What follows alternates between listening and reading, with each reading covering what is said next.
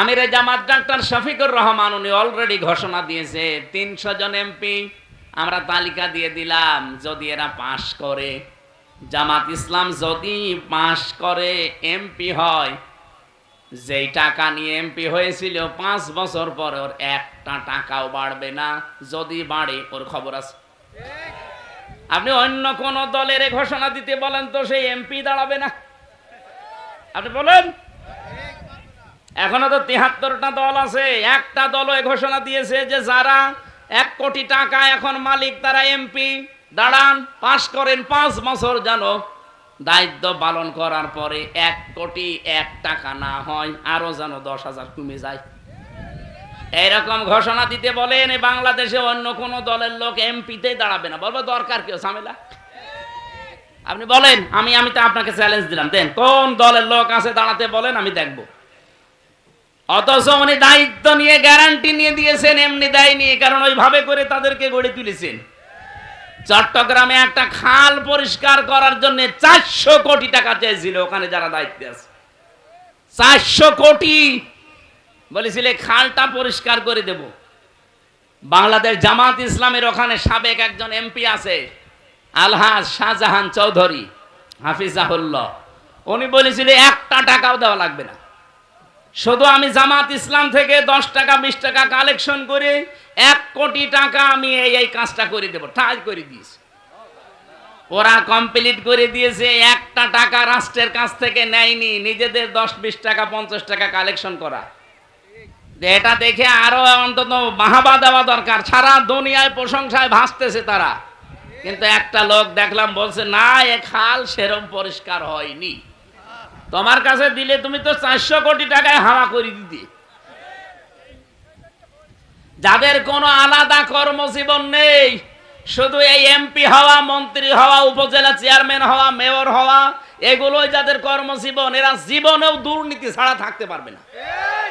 আমার আলাদা কর্মজীবন আছে, আমি ব্যবসা করি, আমার ওইটা থেকে অন্তত যা আছে চলে যায়, আমার এগুলো রাস্তায় কোনো দরকার নেই। আর আমি গ্যারান্টিও দিয়েছি আমার আমিরে জামাতের কথার সাথে একত্রতা ঘোষণা করে, আমার যে দায়িত্ব মাথার উপরে দিয়েছে, যদি আল্লাহ আমাকে ওই জায়গায় নিয়ে যায়, 5 বছর পরে আমার যে টাকা আছে আরো 50,000 কমে যাবে, 1 টাকাও বাড়বে না। এই বলেন তো, এই রাস্তায় এসেই আমার কি দুনিয়ার দিক থেকে লাভ হয়েছে না ক্ষতি হয়েছে?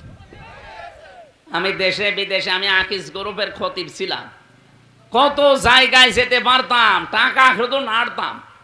কিন্তু এই ঝামেলা ঘাড়ে নিয়ে যদি আল্লাহ কিছু দিয়েই দেয়, 1টা টাকা তো আর মেরে খেতে পারবো না, ওই অবিখা ওয়াজের বিনিময়ে খাদ্য খাওয়া লাগবে। কিন্তু আমার এই মাঝখান থেকে কি হইলো, এই খালি মানুষের পেছনে দৌড়াদৌড়ি। 4.5 লাখ মানুষ আমার এই আসনের ভেতরে, কুষ্টিয়া সদরে। এতগুলো মানুষের দায়িত্ব পালন করা কি চাই তাই ব্যাপার? আর আমরা কি দুনিয়াদার যে আমি ঘরে ঘুমিয়ে থাকলাম আর সব হয়ে গেল? এই ফজরের নামাজ পড়ে আরম্ভ করা লাগবে, রাত 10টা 12টা 1টা নেই, কোথায় কে কি করছে সব খোঁজ নেওয়া লাগবে, সে দলীয় হোক আর দলের বাইরে হোক। আমরা তো ভালো কাজ বলতে এইটা বুঝি। বাংলাদেশে আজ যদি সত্যিই ভালো কাজ আমরা এরকম কিছু বুঝতাম যে আমার দ্বারা অন্তত মানুষের উপকার হোক, ক্ষতি যেন না হয়, এই বাংলাদেশটা দাঁড়িয়ে যেত। আমি মালয়েশিয়া গিয়েছিলাম কয়েকদিন আগে, ওরা 2004 সালের পর থেকে অলরেডি দেশটা দাঁড় করিয়ে ফেলেছে 21 বছরের ভেতরে। আর আমরা 54 বছরও দাঁড়াতে পারি না, শুধু মারিং কাটিং আর দুর্নীতির কারণে। বিশ্বের যতগুলো দেশ এবছরে আমি ঘুরেছি, উন্নত দেশ, সবগুলো দাঁড়িয়ে গেছে, শুধু দুর্নীতি নেই আর খাদ্যে ভেজাল নেই। খাদ্যে ভেজাল না থাকলে শরীরে অসুখ বিসুখ কম হয়। মালয়েশিয়াতে, সিঙ্গাপুরে যে কয়েকদিন ছিলাম, আমি একদিন কাশিও দেইনি, কারণ কোনো ধুলাবালি নেই, কোনো জার্ম নেই, সব জায়গায় পরিষ্কার পরিচ্ছন্ন, আর খাদ্যে কোনো ভেজাল নেই। আমি একটা লোককে 1 কপে মাথা আলাদা করে দিতে দেখেছি, জিজ্ঞাসা করলাম, বলছে ও খাদ্যে ভেজাল দিয়েছিল, ধরা পড়ে গেছে, 3 দিনের ভেতরে বিচার শেষ। আমার মনে হয় বাংলাদেশে যদি এরকম 5টা বিচার করতাম, তো এই দেশে খাদ্যে ভেজাল দেওয়ার সাহস কোনো বাপের বেটা দেখাতে পারতো না। আর খাদ্যে ভেজাল না দিলে আমাদের শরীরের ভেতরে রোগ এরকম জন্মাতো না, আমাদের এত অসুখ বিসুখ হতো না, এত ঔষধও লাগতো না। এক কথা বলেন না কেন? 15টা দিনের ভেতরে আমরা একটা দিন কাশি হয়নি মালয়েশিয়া সিঙ্গাপুরে, আর এই দেশে আসার পর এক একদিন 50 বার করে কাশা লাগতেছে। যেখানে যায় সেখানেই ময়লা মাটি আর খাদ্যে ভেজাল তো আছে। আজকে যে বাড়িতে এসে বসেছিলাম, কাজী কি জানো, সিরাজুল ইসলাম, অনেক খাবারের পরে দুধ দিচ্ছিল। আমি মনে করছি দুধের ভেতর মনে হয় পানি মেশানো আছে, কারণ এই দেশে তো এরকম স্বভাব আছে না অনেকের। সম্মানিত ভাইরা, আমরা ভালো কাজ বুঝি না, ভালো কাজ আমরা কোরআন থেকে নিতে চাই। এই জন্যে এই ঝামেলাপূর্ণ রাস্তায় আমাদের এখন আশা লাগতেছে। আর তাফসির মাহফিল, ওয়াজ মাহফিল, এই সমস্ত জায়গাগুলোতে কোরআনের এই কথাগুলো বলা হয় না। শুধু মরার পরে কি হবে আর মরা মানে জন্মের আগে কি হবে এই কথা বলা হতো। এই 3.5 হাত বডি এই মাটির উপরে কিভাবে চলবে এই কথাগুলো আমরা বলতে পারতাম না, এই জন্য আমরা বুঝতামও না।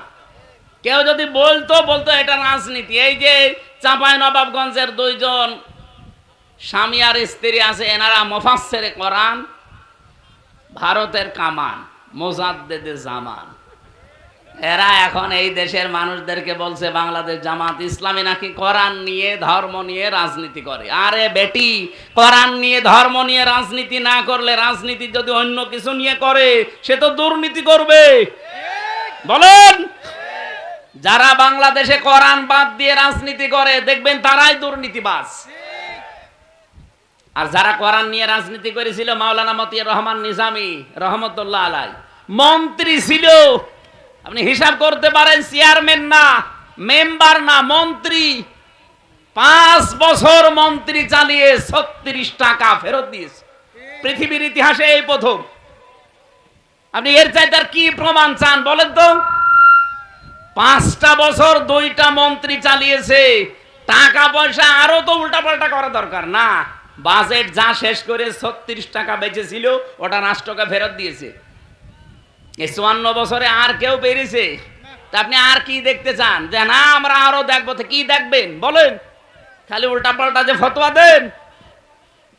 সুযোগ না দিলে কাজ করবে কি করে তারা? আমার মনে হয় মানুষগুলোকে মানুষ বলা ঠিক না, এগুলো ফেরেশতার মতো। 36টা টাকা একে ফেরত দেওয়ার মতো, তাও ফেরত দিয়ে দিয়েছে। আমি নিজে তার একটা টিসিতে ছিলাম, ওটা 2000 সালে। এই মানুষটা একবার এসেছিল ওই সময়।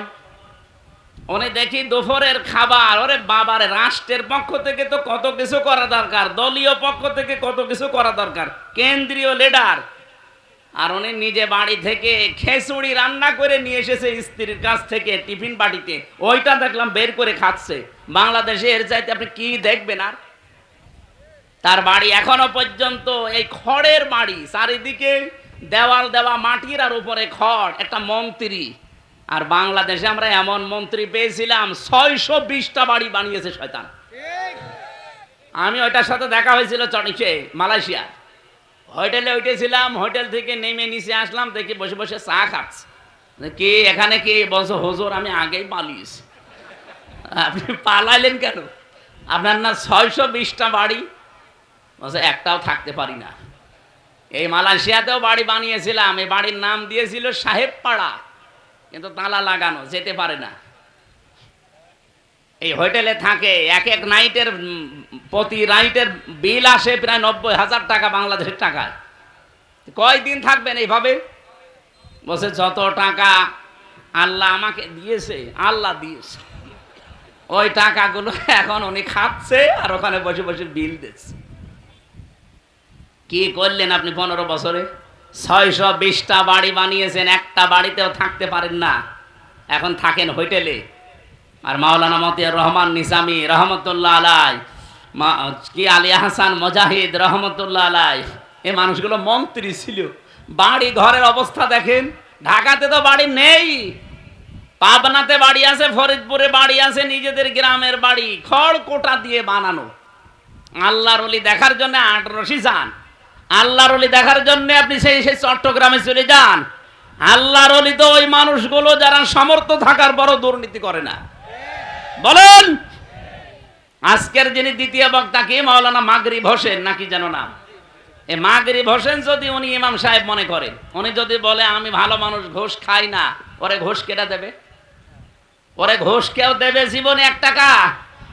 কিন্তু চৌগাছা থানার টিওনো যারা আছেন, ওসি যিনি আছেন, এই জেলার যশোরের এসপি যিনি আছেন, উনি যদি বলে আমি ঘুষ খাই না, ওটা আল্লাহর ওলি। এইরকম মানুষ তো এখন প্রত্যেক জেলায় জেলায় না। আমরা এটাই তৈরি করতে চাই যে মানুষগুলো উল্টাপাল্টা মানুষকে বিভ্রান্ত করার জন্য শুধু এদের উপরে দোষ চাপিয়ে দেন। আর এদের মতো একটা মানুষ খুঁজে বের করেন আপনি। আপনার তো পুরা বডি দুর্নীতিতে পরিপূর্ণ করা, আর এদের ভেতরে 1 টাকা চাঁদাবাজির কোনো মামলা আজ পর্যন্ত হয়নি। সুবহানাল্লাহ বলতে পারেন না? এই যশোরের একজনের বিরুদ্ধে হয়েছিল একবার, কি সাখাওয়াত হোসেন নাকি নাম যেন, দল থেকে বহিষ্কার করে এখন জেলখানায় পর্যন্ত গিয়েছিল। 1 টাকা দুর্নীতির কোনো কিচ্ছু পাওয়া যায় না, কারণ এই মানুষগুলো দায়িত্ব চেয়ে নেয় না। আমার যে আসনে অধ্যাপক ফরহাদ স্যার, উনি কলেজের অধ্যাপক, হাজার হাজার ছাত্র আছে আমার মতো তার। সেই লোকটা সেই ছাত্র জীবন থেকে রাজনীতি করে আসতেছে, এতদিন পর্যন্ত প্রচার প্রসারণা সব ছিল। হঠাৎ করে উনি অসুস্থ, সিদ্ধান্ত দিয়েছে সংগঠন যে আপনি বসে যান, বিশ্রামে যান, আমির হামজার নাম ঘোষণা দিয়ে দিলাম। আমিও জানি না, উনিও জানি না, হাসি মুখে বলছে অসুবিধা নেই। এর নাম তো সামি'না ওয়া আতানা। অন্য দলের লোক হয়তো যদি বলেন তো আমার মাথা ফাটিয়ে 2-3 ভাগ করে দিত না। আপনি কি ভাবেন? কি খালি বলে এদের আকীদা ঠিক নেই। আকীদার কি পেয়েছেন আপনি? বাংলাদেশ জামাত ইসলামের আকীদা হচ্ছে এ জমিন আল্লাহর, বিধান চলবে আল্লাহ। এর বাইরে যদি জামাত ইসলামের কোনো আকীদা থাকে, ওই রকম জামাত আমি মানি না। যারা জামাতের এখানে আছে জিজ্ঞাসা করে দেখেন তো, জমিন আল্লাহর, আইন চলবে মওদুদির? বলেন। আর আপনি এ কথা বুকে হাত দিয়ে বলতে পারবেন যে জমিন আল্লাহর, আইন চলবে আল্লাহর? পারবেন না। আপনি বলবেন জমিন আল্লাহর, আইন চলবে বাবার। না মানে 15 বছর তো তাই করেছেন। টয়লেটের নাম পর্যন্ত দিয়েছে বাবার নামে, বঙ্গবন্ধু টয়লেট। কেন? ওখানে যে আমি জিকির করব? প্রত্যেকটা জিনিসের নাম পাল্টাতে পাল্টাতে একটা জিনিসের নাম রেখেছে। আপনি দেখেন বিমানবন্দরের নামও পাল্টিয়ে দিয়েছে। বিমানবন্দরের নাম দিয়েছে কি? শাহজালাল। কেন আপনি নাম দিতে গেলেন? যে নামটা ছিল, নামটা কি খারাপ? শহীদ জিয়াউর রহমান। বাংলাদেশে ওনার নাম শুনলেই মানুষ শহীদ বলে, কারণ আছে। ওনাকেও মানুষ মেরে ফেলেছে, শেখ মুজিবুর রহমানকেও মেরে ফেলেছে, কিন্তু আজ পর্যন্ত কোনদিন শুনেছেন যে শহীদ বঙ্গবন্ধু? কেন বলে না? কেন? কারণ শহীদ হওয়ার জন্য আগে যে কাজগুলো করা লাগে, একটা কাজও তার জীবনে নেই। কিন্তু জিয়াউর রহমানের জীবনে এমন বহু কাজ আমরা পেয়েছি। আরাফাতের ময়দানে লক্ষ লক্ষ জিয়া গাছ লাগিয়েছে, নিম গাছ। হাজার হাজার মানুষ ওখানে যে ওই আশ্রয় নেয়, ছায়া। আমি নিজেও ছিলাম। আমি কাবার ইমামকে দোয়া করতে দেখেছি। আরাফাতের ময়দানে মসজিদে নামিরাতে দোয়া করছে জিয়াউর রহমানের নাম ধরে, যে ছায়ার ব্যবস্থা শহীদ জিয়াউর রহমান বাংলাদেশ, বাংলাদেশ থেকে ব্যবস্থা করে দিয়েছে আল্লাহ, তাকে তুমি জান্নাতের ছায়া দিও। নিম গাছ। সাজারাত জিয়া বলে ওই দেশের মানুষ, জিয়া গাছ বলে। জিয়া জিয়া মানে কি? এই ছায়া পাওয়ার জন্য, শহীদ হওয়ার জন্য যে সমস্ত কাজগুলো আগে করা লাগে, এগুলো আপনার জীবনে নেই। আন্দাজে খালি নাম পাল্টিয়ে পাল্টিয়ে আমরা একটা মানুষকে উপরে তুলতে চাই। এমন নিচে আল্লাহ নামিয়েছে, আমার মনে হয় কিয়ামতের আগে আর ওঠা সম্ভব